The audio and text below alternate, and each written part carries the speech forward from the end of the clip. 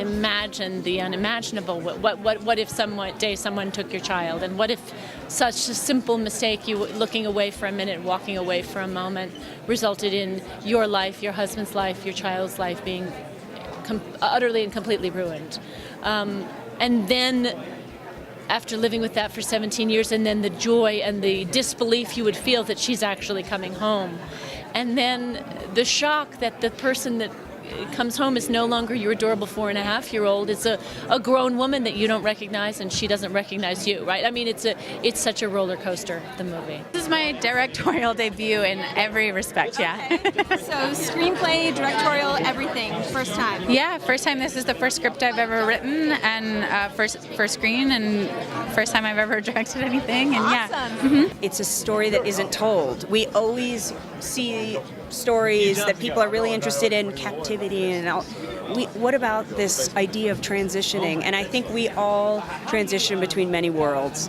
And I think that there are so many things about this film that are so amazing, and I cannot wait for everyone to see it. So what drew us to this film? A great director, a great cast, an incredible story, and the opportunity to write different, interesting, unique music, right? Yeah.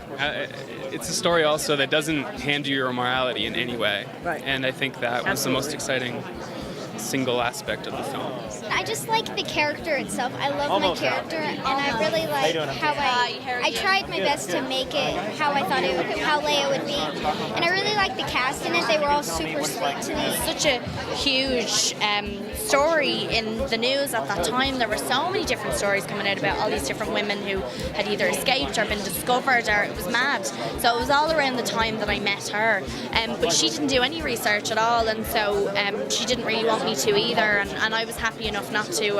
In general, I kind of like to just focus on the script if I can, unless it's, you know, a real life story or it's based on true events, which this wasn't. This was very much individually a fictional story. So it was hard to go into the house every day and do this movie and then go back home to my actual house. Yeah, definitely. To say that you could completely leave it there was optimistic.